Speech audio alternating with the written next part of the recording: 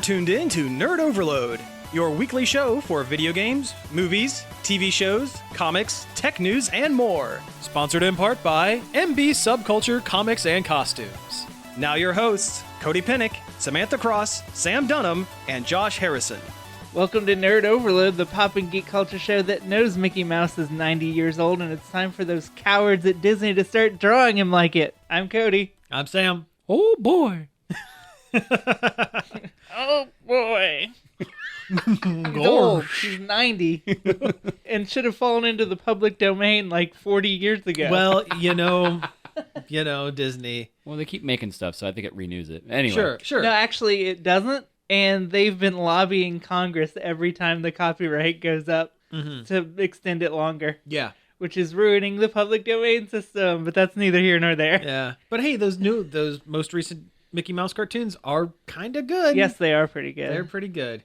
Anyway, thank you all for tuning into the show this week. We have a bunch of news to go over, but first let's talk about some things we've been checking out. We've got more going on than my hardline stance on the public domain.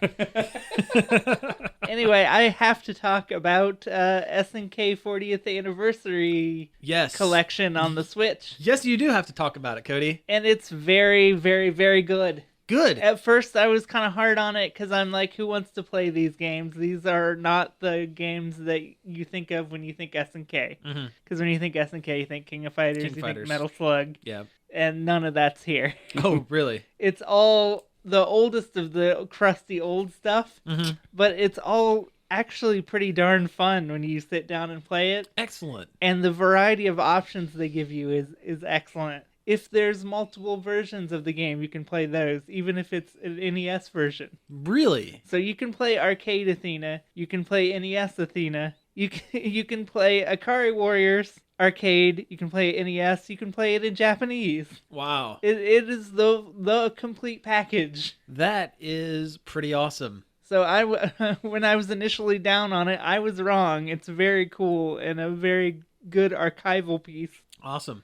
Well, are you going to be doing a full review of it for the site later on? Okay, cool. Very cool. Well, I look forward to listening to that. Or reading that, rather, I suppose. Listening with your eyes. Listening with my eyes. Yeah, that's it. Well, one thing that I've been checking out this week, I went back and rewatched The Last Dragon. Have you guys seen that? No. That's the one with Bruce Leroy, That's right? the one with Bruce Leroy. So it is a send-up is not the right word because it is played almost entirely straight. It is basically a Bruce Lee movie. It's a kung fu movie set in New York City in the 80s with a predominantly African-American cast that makes a million homages to Bruce Lee movies. Like he does the arm moving thing from Enter the Dragon with the arm trailing, like that kind of thing. I think he does the nunchuck trick at one point. There are some nunchuck stunts, all sorts of things with that. He watches a Bruce Lee movie in the very beginning of the movie. He does while he's eating popcorn with chopsticks out of a tub wearing a rice hat. So the plot of the movie is there's this. I think they never say how old he is. I think he's like in his 20s, early 20s. Leroy Green, otherwise known as Bruce Leroy, who is a kung fu master or kung fu enthusiast who is looking for the final master to teach him the rest of his kung fu. And he goes on this quest throughout New York City. And while this is happening, he has run-ins with a gang led by Shonuff, the Shogun of Harlem, which is pretty great. He's like 7 foot tall, wears football pads, and is just an over-the-top, like, crazy gang leader kind of guy. Yeah. There's also, but actually, that is a relatively small amount of the plot of the movie. The real thing is there is a, like a Soul Train style show that's being, for the teens, that is hosted by this musical host. She's played by Vanity, one of Prince's proteges back in the 80s. And there's this arcade magnate who is trying to get his tone-deaf girlfriend's music video onto the show. And when she says no, he kind of goes nuts and kidnaps her. And it's up to Bruce Leroy to save the day, all while searching for the master. Yeah, and his master is like this atypical, like, old Chinese guy. Yeah, like who lives on a boat. Yeah, lives on a houseboat. Like a Pai Mei. Yeah. character. Yeah. I don't want to spoil the end of the movie, but it culminates in a fight scene with Shonuff and Leroy, with this big, long, extended fight scene. And throughout the movie, you think Shonuff is kind of a joke because, you don't see him do anything. As it turns out, he's actually has the kung fu skills to back up all of his claims of being the baddest low-down mofo in town. Show enough. Am I the meanest? Sure enough. Am I the prettiest? Sure enough. Am I the baddest mofo low down around this town? Sure enough. Well, who am I? Sure enough. Who am I? Sure enough. I can't hear you. Sure enough. The Shogun of Harlem.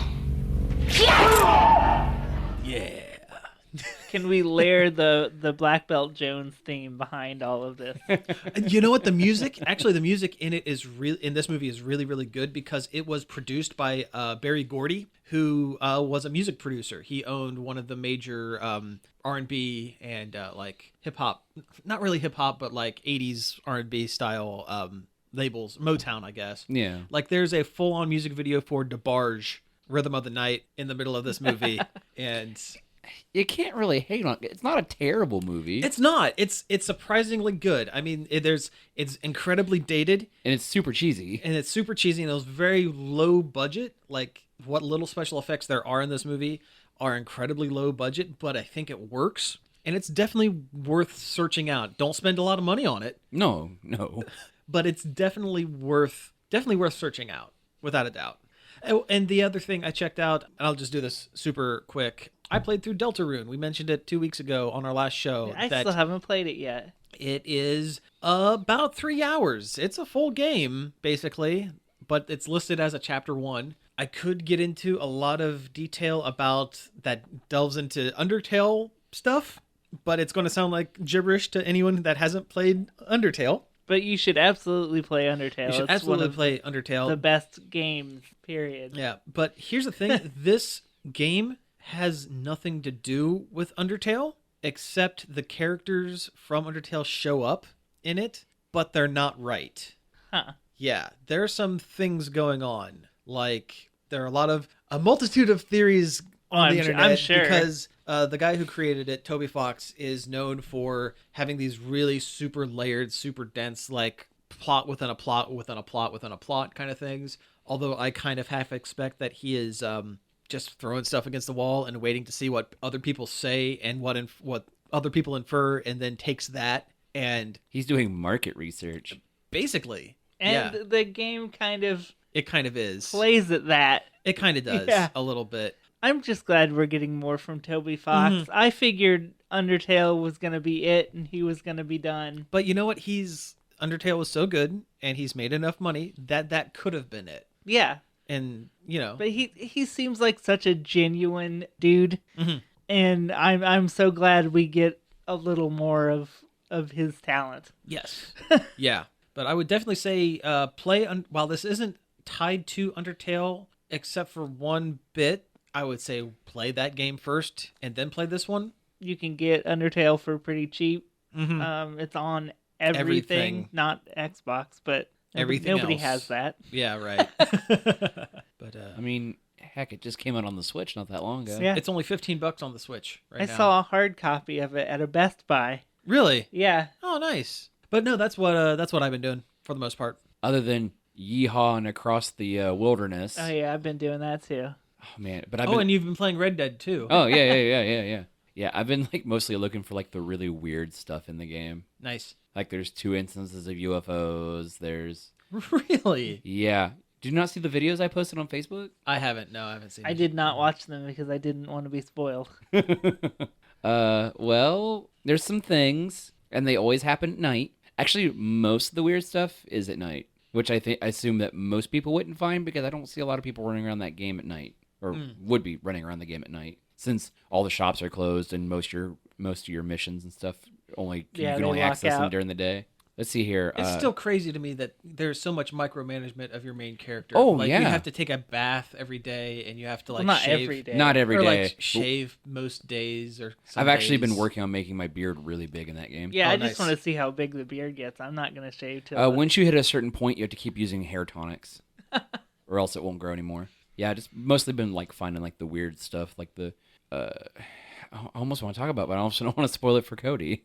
I heard there's a Heaven's Gate style cult. That's the one shack I found. Yeah. Yeah. And that's actually kind of ties into the UFO stuff, especially if you come back to the shack at night. So there's full on cowboys versus aliens going on in this game.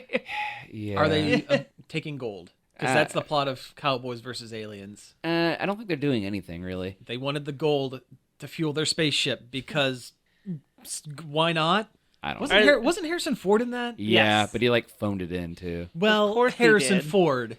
Right. He's been phoning it in for the last 30 years. Oh, that's something I watched. I watched Hollywood Homicide with him and what's his name? Josh Hartnett from like the mid 2000s. Man. That movie sucks.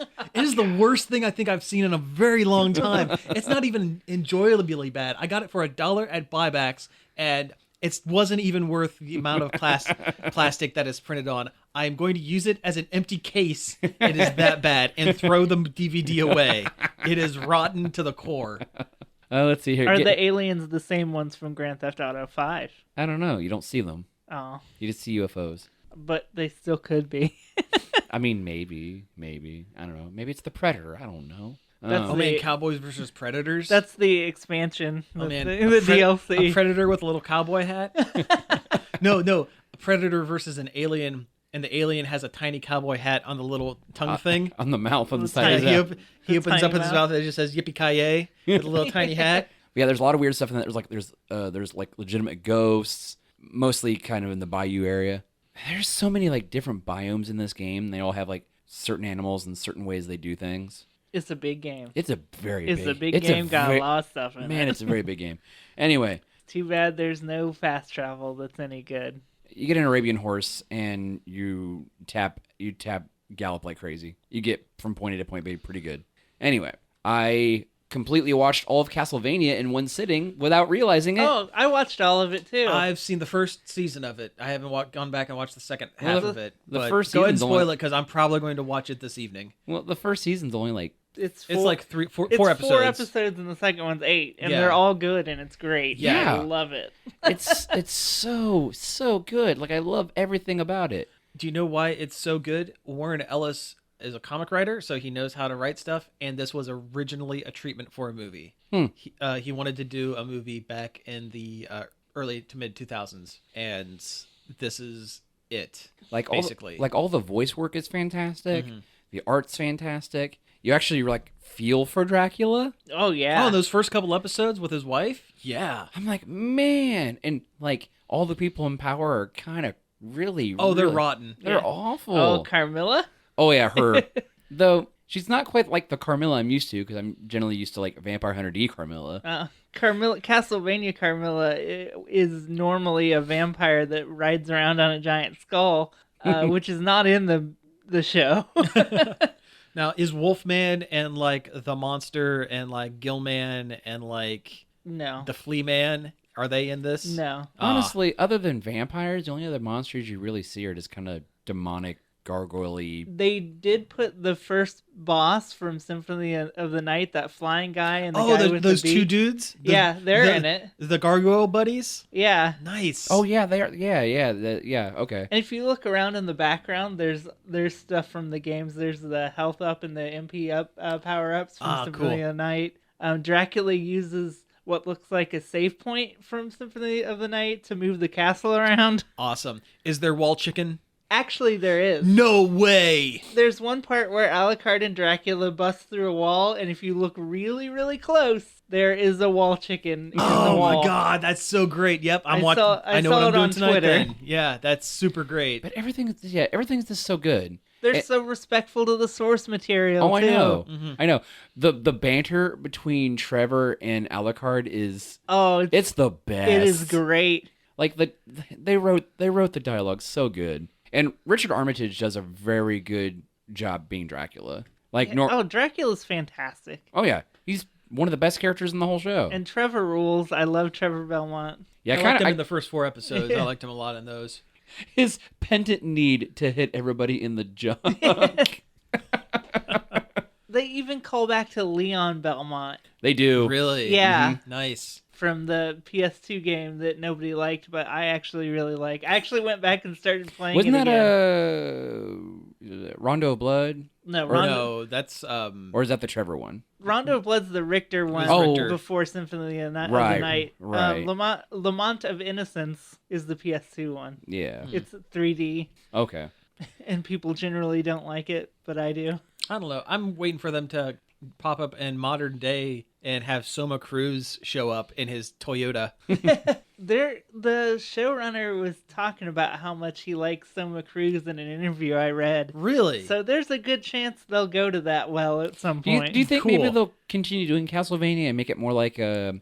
Anthology? Yeah. Kind of thing? Yeah. Probably. As long as it's making money and people watch it. It got renewed for a 3rd season, so it's likely. Although they leave it open for more stuff at the end. Oh, yeah, they do. Now, I've heard that the animation dips a tiny bit between season 1 and season 2 because they had basically the same budget for season 2, but they had to stretch it over 8 episodes instead of 4. I didn't notice it. Okay. I didn't either. Okay. I did notice a slight art direction change, like from the just the first few episodes to like later in the series. There's not as much terrible gratuitous gore. Yeah, they toned down the violence, which was kind of over the top in the first ones anyway. Oh Yeah, a yeah, it little bit. was. There was no reason for that gargoyle to be carrying a human baby in its mouth. Yeah.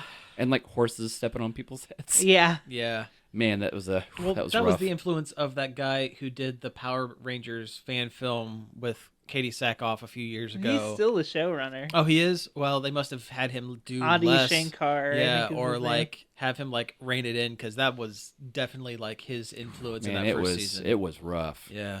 But I really really liked it. I like Sifa Belnades too. She's great. Oh yeah. Her magic is cool, and like her poses when she does it. Also, I love are the fact cool. I love the fact that they didn't like go with the whole sexy girl adventure thing. Yeah, Like with Yeah. her, with like her look, she is like toned down the entire time, and I like love it. the game, she's pretty much androgynous. Yeah.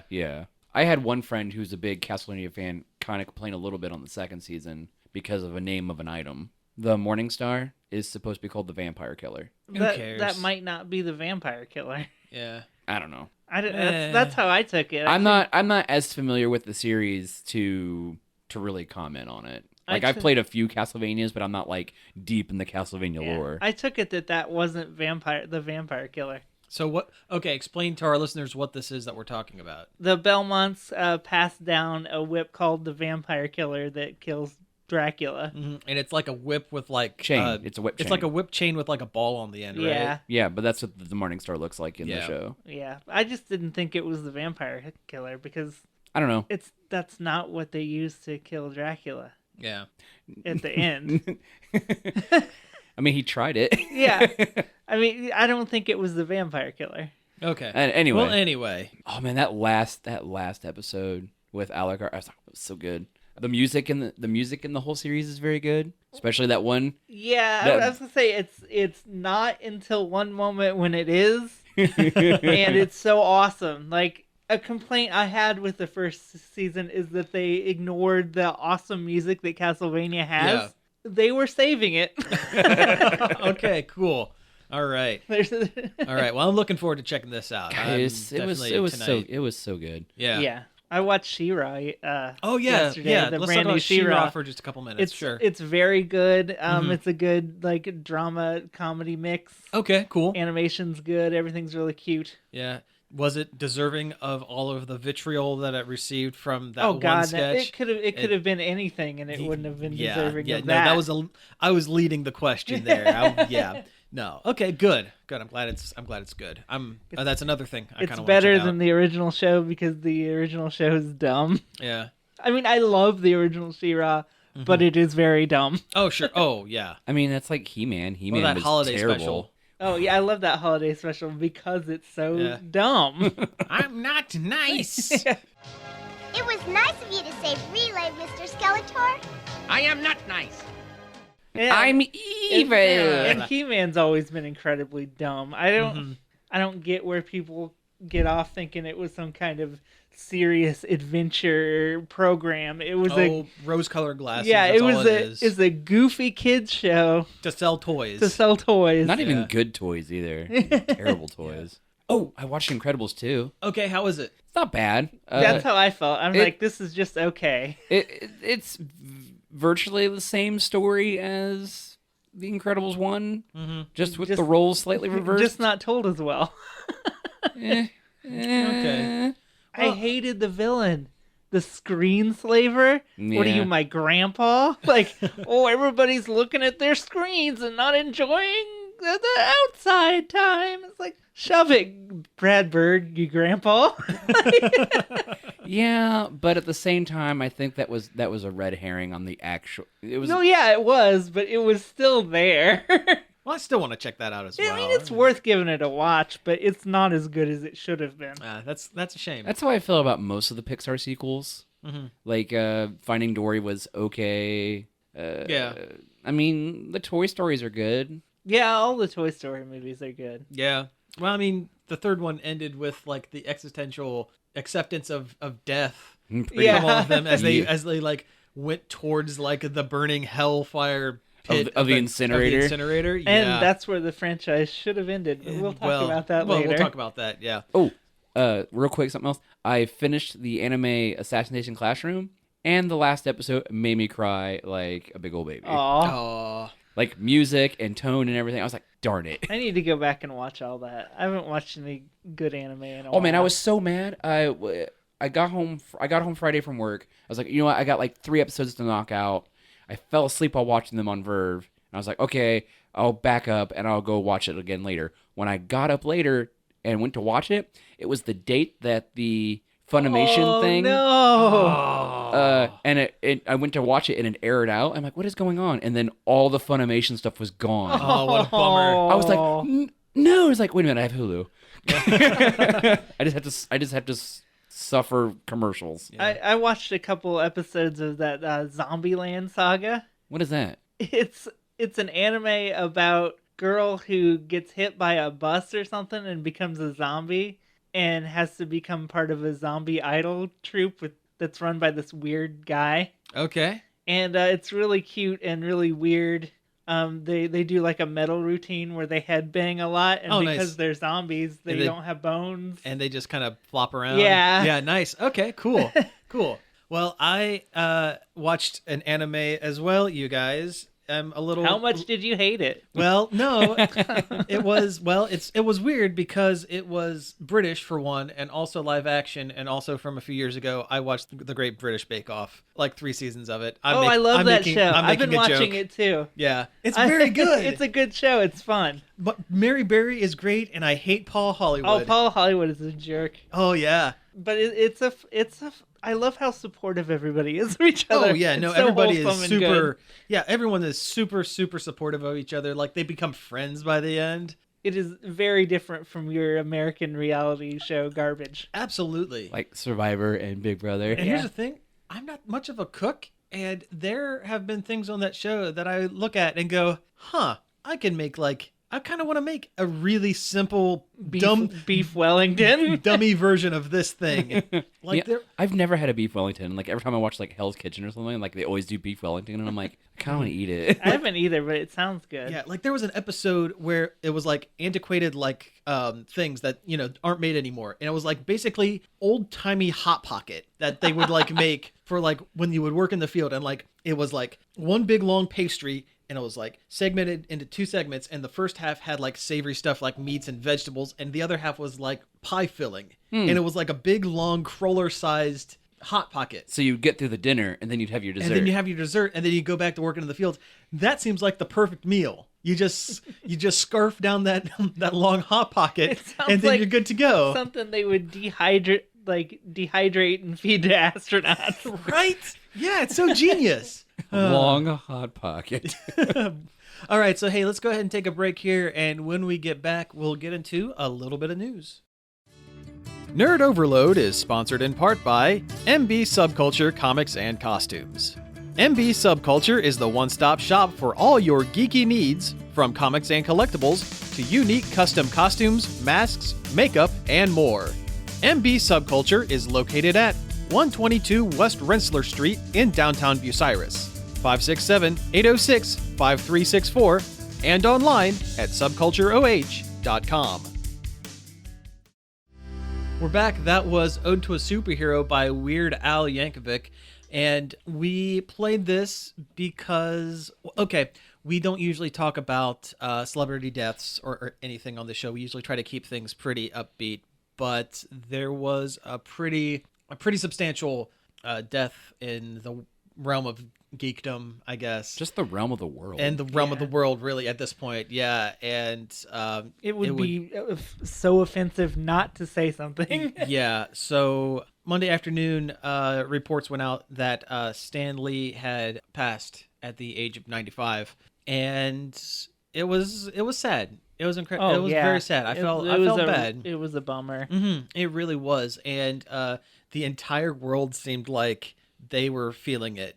At first, I thought it was another hoax because he was one of the ones that got hit the most. He got a lot of and you know, I don't want to turn this into the bummer hour starring the memory of Stan Lee, but so I kind of want to talk about some of the more positive things. He was definitely, for better or worse, a real pioneer in comics. He really kind of revolutionized the industry from something that kids pick up for 10 cents and throw away after they're done reading it to what it is today.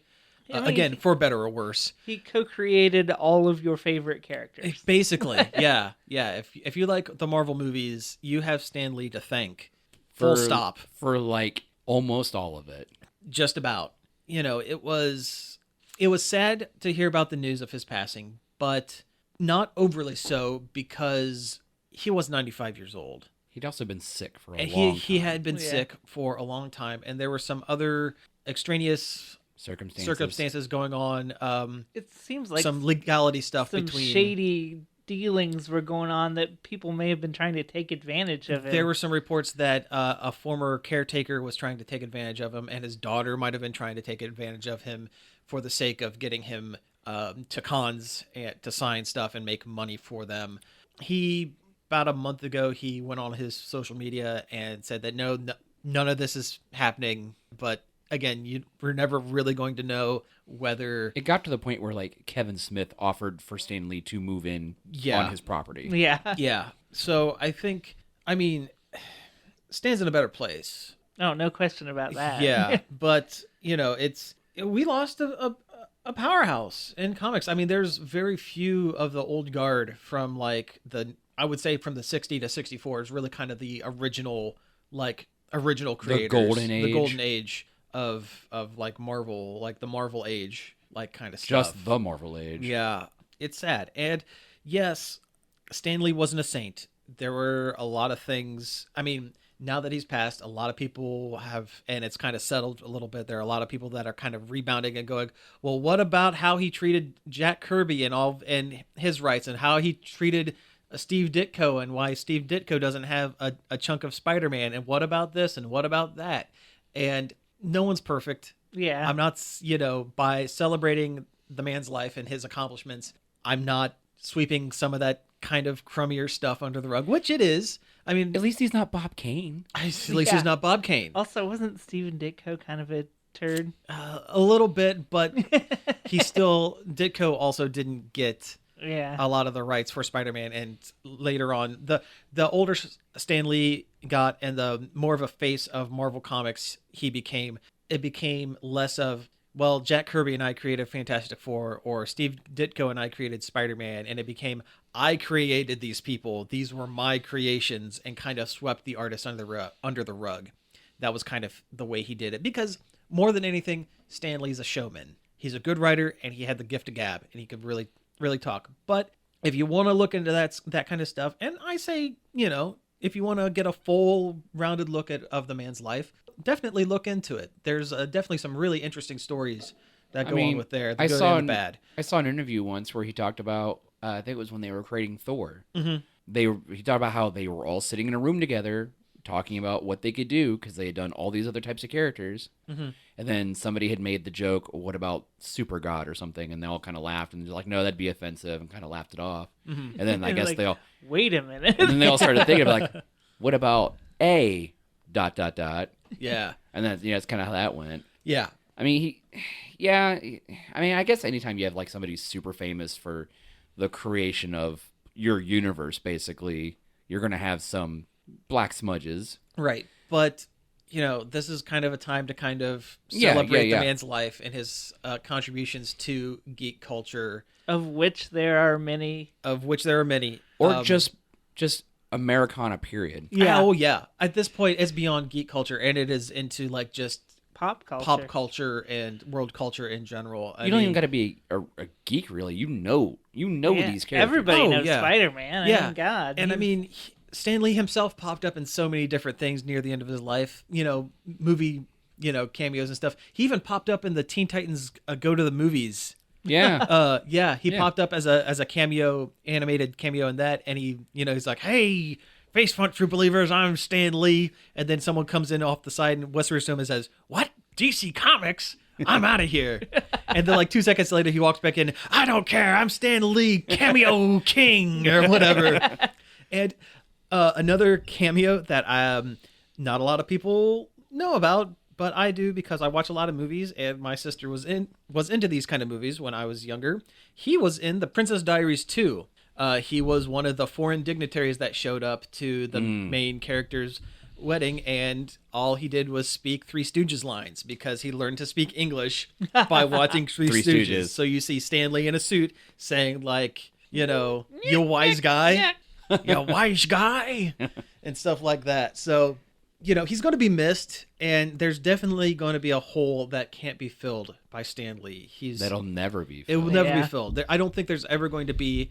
Comic creators nowadays are kind of more of a household name. Like Gail Simone, a lot of people know who Gail Simone is. Rob Liefeld, for better or worse, people know Rob Liefeld. Can't draw feet. Muscles too big, can't draw feet. Nice guy, Perspective's though. bad.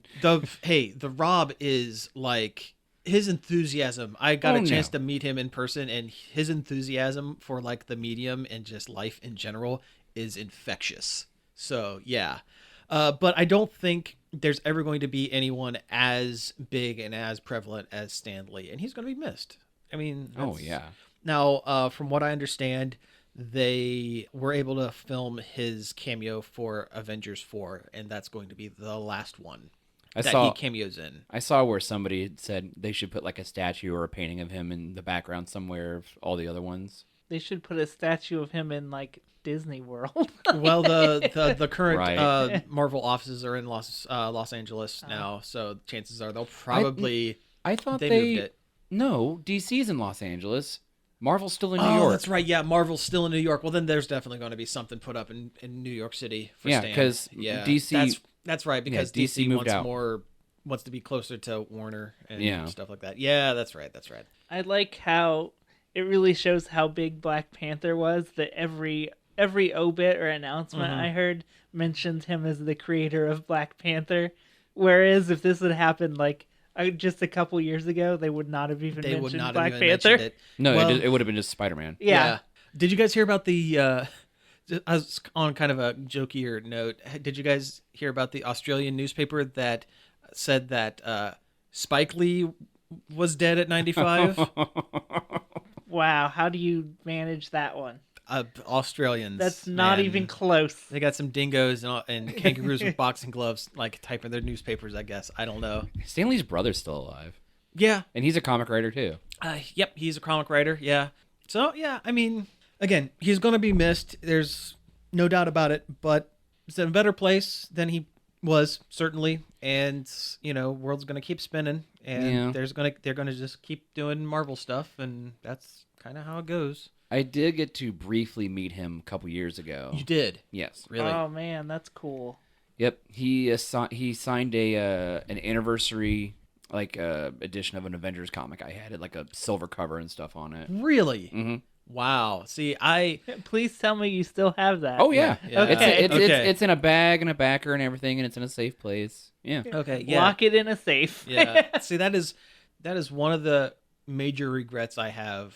A number of years ago, I had the opportunity to meet Stan and, talk to him and like get a picture with him and stuff. But at the time, it was just outside of my financial. Oh, it was very I mean, expensive. he charged a lot, but it was But it's freaking Stan Lee. it was outside of it, but it was doable, you know? I mean, I could have gotten around it. I could have kind of adjusted things and done it. And I always thought, okay, well, you know what? The next time he comes to Columbus, the next time he comes around, we'll do it. And he canceled his last appearance. He was either supposed to be at this Wizard World or the one before, and he canceled it because he wasn't feeling well. And He canceled his whole tour he did. of all And- the Wizard Worlds. Yeah, and that opportunity never came back around, and that is a major regret that I have. I will say I stood in line for a long time when I I'm met sure him. you did. I'm sure you did. But yeah, Stan, we're gonna miss you, bud. Anyway, let's talk about some happier news. Excelsior. Yes, yes, Excelsior, face front, true believers. Anyway, the other big thing that happened this week was a trailer for Detective Pikachu hit the internet. By And- storm. and people have gone nuts for it. They've gone rare candy for it. I think it kind of was like a mixed reaction at first. Yeah. But as time has gone on, I people definitely have- had a mixed reaction at first. Yeah. So for folks who don't know, Detective Pikachu is kind of a side story set in a fictional town where humans and Pokemon live side by side. They're not like trainers where you capture them and catch them all and stuff like that. They are like, It is what a city. They're buddies. It's a city in which would be normal for the Pokemon universe. Yeah. I would think. Yeah. It wasn't any different than any other Pokemon city. I didn't think. right. But they mentioned in the trailer that it's like the town is like specifically built as like a testament to the synergy between humans and Pokemans. I thought that was just the whole Pokemon world in general. Is It like wouldn't. that. I would think that, but the trailer specifically like points that out. I mean, And- we'll probably get more when the movie comes out. Oh, sure, Yeah. sure.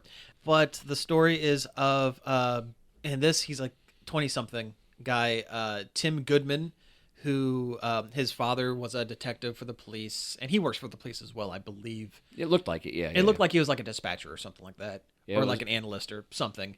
He's not a police officer. Right. And his dad went missing, and one day Pikachu wearing a deerstalker hat shows up in his apartment, and somehow when Pikachu talks, Tim can understand his language, And he sounds like Ryan and Reynolds. he sounds like Deadpool. Yeah, he sounds like Deadpool. I think it's his dad's house actually, because it looks like he's hanging out in his childhood bedroom. Yeah.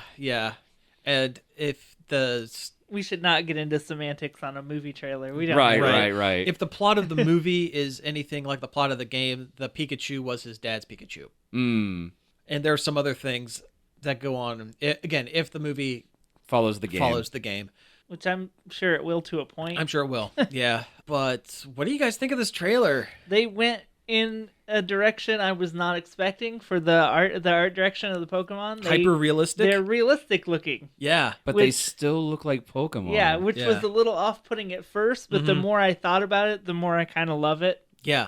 Well, they could have gone one of two directions. That could have been either the hyper realistic or they could have gone like full on Who Framed Roger Rabbit style. Yeah, you could have gone Transformers or Who Framed Roger Rabbit. Yeah, they could basically. have just stuck the 3D models from the game into.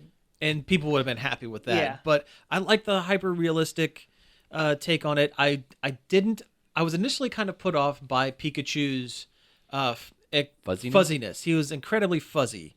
I'd never really pictured him as that. But, and I told you guys this off mic, there was an argument online that, like, he's a squirrel mouse that's constantly charged with electricity. His hair is going to be standing up on end because of static electricity. And you know what? That little bit, that makes sense to me. I just think it's so refreshing to see Pokemon in a different way. Yes. Because they've looked the same for all of however many bazillions of years Pokemon's been around. To see them reimagined in a different way is ultimately like super refreshing and cool. Yeah, and this story seems very, very interesting. I mean, if they're going to do a Pokemon live action movie, this is this kind of story that they would have to do, because the stock standard gotta catch 'em all It's kind of boring. Oh, yeah. It would not work for a movie. Nope. It would bore people to tears. It just wouldn't work. I mean, even the first Pokemon movie had like an actual like plot and a direction it was going. Yeah. Yeah. It's a Pokemon genre film, and that's cool. It is cool, and I hope that this makes $1 billion trillion, and so they can make more of these genre style movies, because Detective Pikachu, a Pokemon story. yeah. Oh man, how angry that Jigglypuff looked. Oh yeah. And people didn't like the fur on the Jigglypuff. But you know either. what? The alternatives, it was a completely hairless, fleshy Jigglypuff. That would look like a scrotum. He looked like a scrotum. It would You be mean awful. You mean Mr. Mime's face? Hey, Mr. Mime looks creepy in the game. And it's so- super great though. And if you look at the models that they use for the movie, he has moles. Like he has Oh, moles wow. and pores, and like he looks like a freak, and I love it. Okay, so switching gears from a video game movie that could actually be good to This a video might be game. the first one. It might be. I don't know. Mario Brothers. Trust the fungus. But no, switching gears from that to a movie. I'm interrupting you Go again. for it. In a weird, the ultra realistic way that they interpreted the Pokemon in a weird way is kind of reminiscent of the Mario Brothers movie. A little bit. Yeah, a little bit. Except but it actually seems more faithful to the source material. though. Yeah. But this Oh, is yeah. going to work. Yeah. But so this looks good. You know what doesn't look good? Monster Hunter, the movie, which is getting made. But By the Resident Evil movie guy, a guy who's Paul no, W.S. Anderson. who's no stranger to trampling all over Capcom franchises. Mm-hmm. Yep. Yep. Well, you know what? I'm glad he's around, though, because at least he gives his wife, Mila Jovovich, something to do. Because she's nice. She's a good actress. And is also in this film. She is also in this film. Monster So- Hunter, a game that is about hunting monsters and little else. Yeah, very little plot other than here's a thing, go hunt the thing and stab it till it's dead, and then take its skin and make armor, and then go hunt a bigger thing. That's the game. here's your bow gun. That is exactly the game. And so let's make a 2-hour movie about that, but not just a 2-hour movie. Let's set it in the real world where there's military and guns. Because that's what's missing from Monster Hunter There's is modern day military hardware. There's guns in Monster Hunter. But not But modern not modern day guns. It's Monster Hunter is set in a fantasy land with where fantasy guns. where you have a little buddy that's a cat that helps you and feeds you food and stuff while you're hunting your dragons. So the main plot of this movie, from what I understand, and there's like very little about this movie. Basically, what Jovovich has put out on her Twitter for the most part, her Instagram. or Instagram rather, yeah.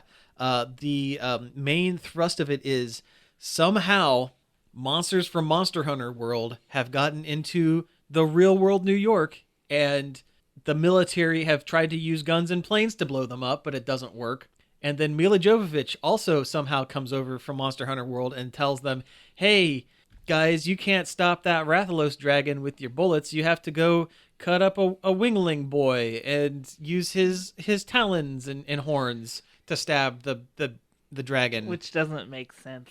There's no reason why bombs and planes wouldn't work. They're not magic monsters. They're just monsters. Well, I mean, look what they did to the Resident Evil storyline. It bears little to no resemblance to Resident Evil whatsoever. The only good thing I ever liked about the Resident Evil movies was how Nemesis looked. That was it. I only Yeah. ever saw the first one, and I'm like, I'm good. Yeah, this movie is not going to be great. It's super, super not going to be good. We at don't all. need a Monster Hunter movie to begin with. Yeah. Ace And- Ventura, Monster Hunter. And even if they did, you could presumably make a movie that's actually based in the source material. Yeah, I mean, fantasy movies Yeah. are a thing that exists. It doesn't have to be grounded in reality in real life New York. I know what they want. They want the visual of a dragon flying through New York because that in itself is kind of rad. Hey, But- we did that in Almost- Avengers. Almost every movie that has a dragon in it is bad. Yeah, It's just the way it is. I don't know why it's that way. it's a shame because dragons are great. Hey, Yeah. hey, don't you be trampling all over my Rain of Fire and my Dragon Heart. But I always pictured the Monster Hunter world as being kind of a prehistoric or like a First Nations kind of people. Yeah, it's like a prehistoric land with like knights, but instead of wearing like shiny like European armor, it's like armor that's built out of like They the use- stuff around them. They use every part of that dang dragon to build more armor and weapons. Toe to tip, they use every bit. Nothing goes to waste. So we have one quick hit, and I think Cody's going to tackle it real quick. Okay, tell me about BlizzCon in like 2 minutes. BlizzCon happened, and a bunch of news came out from that. There's a new Overwatch hero named Ashe, who's a rad cowgirl with a good design. I'm more about that Bob. Yeah, she has a giant robot buddy that's her alt that she calls in as like a secondary character. He's a It's- giant robot bruiser with a mustache and a bowler. Yeah, it's Nice. a really cool design, a really cool concept. They're remaking Warcraft 3, an HD reforged edition called Like new Warcraft 3 Reforged. new cinematics and everything from the ground up. It looks fantastic. And the biggest piece of news was that they're making a new Diablo, but it's on your phone. And they were really kind of dismissive about it when they announced it. Like, when they announced it, the crowd booed. Yeah. They were so mad it was a phone game. Well- and their response was, "What, do you don't have a phone?" Yeah, I mean, that's them doubling down. That's definitely a stance to take on it. You know what? That game, the mobile game, would not have gone down as poorly if they wouldn't have made it the last thing on their thing, and they would have had an actual Diablo game to announce after. Yeah, it. that's the thing. Because- is you can't bring back a franchise that's been gone for a while with a phone game and think people aren't going to get mad. Like if Bethesda would have ended their thing with Fallout Shelter, Which they were smart enough not to. then there would have been problems. But They even did it with the Elder Scrolls. This E3, they announced that mobile game, Elder Yep. Scrolls Blades, and then followed it up with just like a logo for the next game. that's all they had to That's- do. That's it. That's all they had to do. But Yeah. instead, they were like, "Well, it's a mobile game. Bye. Boom, we're out." But here's the other thing. The company that's making the mobile game It's not Blizzard. is not Blizzard, and the Diablo game is a game they already made just with a Diablo skin on it. Yeah, the it HUD plays exactly like the other one. The HUD and everything looks the same as this weird, like a Diablo clone that the company already it's made. like it's like it's a Chinese mobile game developer. So it doesn't look good on Blizzard's part, and I think people are right to be kind of ticked. Yeah, I mean, agree. I think they're blowing it out of proportion a well, little sure, bit. because Yeah, there's some people are babies about it, but It is yeah, super it's- lazy on Blizzard's yeah, part. but I think it is It a is bad lazy. mood on the bad move on their part. It is. It really is. All right. So, hey, before we get out of here, we have one email to read, and it comes from listener Parker. Thank you very much, Parker, for emailing us. Just as a reminder, you can email us any comments or questions about anything we talk about or anything in general at staff@nerdoverload.com. There's a good chance we will talk about it. There's on a good the show. there's a very good chance. So I'm not going to read this entire email because there's a bit here, but so I'm going to kind of truncate it a little bit. But it's pertaining to the question that we asked about the next trends for movies, because it seems as though the superhero genre is starting to kind of wind Wane. its way out. And Parker suggests that Marvel and Disney are going to be smart about it, and they're going to be able to persist through the decline of superhero movies. He thinks that they're going to be able to kind of calm it down and kind of back it off to the point where they'll still be able to pump out at least one per year. And kind of what they're doing with Star Wars. kind of. And they still got to sell Iron Man toys to kids, which Yeah. is really the whole point of the franchise anyway. Right. So and I agree with him there, but he believes that similar to the 90s, thinks a lot of like superhero movies are going to kind of dial it back to nearer kind of smaller budget kind of things, and he also sees kind of a rise of more independently made The indie movies. indie coming movies back. are going to come back. The And- Clerks and the That time. That sort of thing. That time frame of films. Yep. He also mentions that we're kind of seeing a shift more towards fantasy films, kind of like in the 80s, where we had So many, because a lot of the superhero movies are kind of starting to go that way as well. Plus, there are so many other fantasy type films. Well, you can kind of Currently. thank Game of Game Thrones. of Thrones, yeah. Because I mean that really reignited people's like love of this medieval fantasy setting. Because I've been noticing a lot of stuff. Like you had Game of Thrones, and then like History Channel had Vikings, and then they had Nightfall, and then the BBC had their The Last Kingdom, Oh yeah, I forgot about which is that. actually pretty good. Netflix has their The Outlaw King series starring Chris Pine. And Marco Polo, they did. Yeah, they did Marco Polo. I Yeah, think TV moves a lot faster than I think- Hollywood. I think there's Oh, yeah. going to be a definite shift towards television for sure. Yeah. And or Netflix miniseries. I Yeah, mean see they're that. already talking about a Lord of the Rings TV series. Well, yeah. Yep. Since Hollywood doesn't move as fast as TV, it hasn't reached the saturation of fantasy that TV has. Right. And so we might be headed. I still think it's anime adaptations. That could be. I mean, Battle Angel Alita is that what it's called? Yeah. Yeah. Yes. That's coming. I mean, if that hits, then we're going to see a bunch of those. Parker goes on to talk about, because there's a whole second paragraph I want to touch on real quick. He kind of predicts that we could see the beginning of the decline as early as this Christmas season, because both Aquaman and Bumblebee are going to be hitting around that time, and because both movies spent about $100 million per to make, not counting marketing. One of the two of them is probably going to bomb, because they're both coming out about the same time, and that's going to be a huge punch. Which one do you think is going to bomb? Bumblebee. Yeah, Honestly, it's a shame too. 'Cause it's a it shame. looked good. Yeah, because in any other climate, Bumblebee would do perfectly well. Bumblebee's going to do better overseas, because the Chinese market love Transformers movies. That is what kept the Transformers movies going, kept them afloat after 2. So you're going to see a Two is better. so bad. It's so bad, but they loved it for some reason. But you're going to see. I'm predicting you're going to see a better return for Bumblebee overseas, but Aquaman is probably going to win here in the States. Well, yeah, it's a DC film. Plus, it's got Jason Momoa in it, and people love Jason Momoa. Right. Oh yeah, yeah. And he finishes up by saying that along with the fantasy genre, he kind of thinks that some dormant genres are going to get a resurgence, kind of like westerns.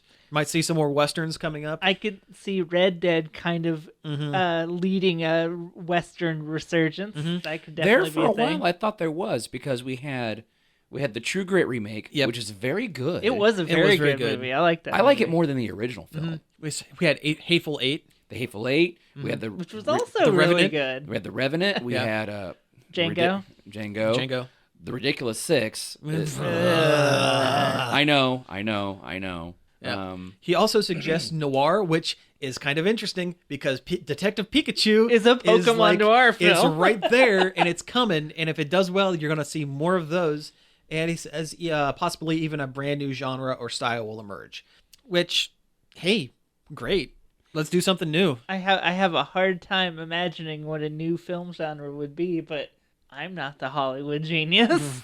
Right. I mean, we've done young adult novels, which are still coming out, but they're not flooding the market as much as they were. It's anime. That's a cross I'm gonna die on.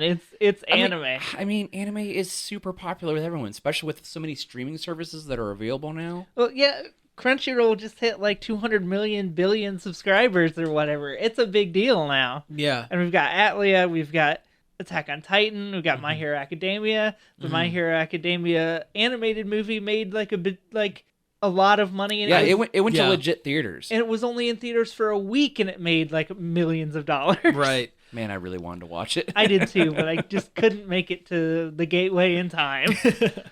So I actually think, well, I don't think, but I hope the satire genre kind of comes back, like the Mel Brooks style, done right. It has to be done right. Not the movie. Not the it's that movie, but like a good like Young Frankenstein or a good like Blazing Saddles. That would be sort nice. of film. I'd really see that style of comedy come back. I almost feel like that's a lost art, though. Honestly, It can be done. It could certainly be done. The way, like, I know it's kind of apples and oranges, but if you look at Portlandia and some of the more, I know that was kind of more sketch kind of driven, but it was also satirical. Yeah. So if you kind of stretch that into kind of a longer form sort of thing, I mean, if you take Airplane apart, it's basically a number of sketches set on an airplane with an overarching plot. Yeah. So I could see it happening. And that was a satire of, you know, of the aircraft disaster movies that were big at that time. Big at the time, yeah. What about cerebral horror films like Get Out? You know what? If Get Out was great, and I wish they would make more of films like that, but it's been long enough since then that if they were going to, it would have happened. It would have happened. A Quiet Place was close. Then we got Hill House on Netflix, which is really good. That's what I've heard. But the thing is, though, with horror movies is, like, they come out in droves all the time, and 90% of them are just terrible. There's also a time and a place for them. They're not. I'm talking cerebral horror movies that make you think. Not. I know. Yeah. Not. But Cabin Slasher 4. But how often does a really good one come out, though? Not very often at all. At least once every couple of years. Yeah. All right. So anyway, again, thank you, Also Parker. Heredity. Oh God! Oh my God! came out Yeah, this that year. one. Yeah, that's what was the one with the Rage Cage? Oh, Mom and Dad. Mom and Dad. The other one. Oh. The other one. The psychedelic one.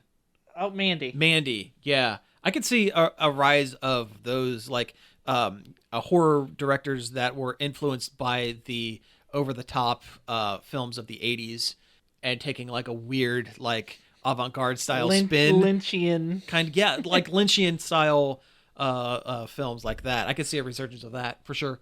Although perhaps it would have happened more and sooner if the return of Twin Peaks would have done better, because it kind of petered out there near the end. Anyway, we've kind of gone over time, so let's go ahead and wrap things up. Again, thank you, Parker, for emailing us. You've been listening to Nerd Overload. Thank you very much for tuning in. You can find us each and every day over at nerdoverload.com, which works now. It works. It's there. You can find us on Facebook, Twitter, Twitch, and Instagram at Nerd Overload Now. You can email us. Did you already do that? I've done it a couple times, but do it again. Doing it again. You can email us at staff@nerdoverload.com with all of your Hollywood predictions, your Smash Brothers character choices, whatever. Whatever you want, yeah. You can also subscribe to our YouTube channel, Nerd Overload TV. That's right. We're also on Apple Podcasts, Spotify, Stitcher, Google Play, TuneIn, and just about anywhere else you can find a podcast. You can find our show. And just as a reminder, we have t-shirts for sale. Just go to bit.ly/nerdoverloadT. It's a great for Christmas gift, you know. Yeah. Don't you want your loved one to get the gift of Nerd Overload? So Christmas creep approved. Yes. Oh, he loves it. I talked to him the other day, and he just absolutely is thrilled by it. And a couple bucks of that goes back to help support the show. So, if you're feeling generous, that would be very, very... Anyway, thank you again for tuning in, and we will be back next week. Pizza out. This show was sponsored in part by MB Subculture Comics and Costumes.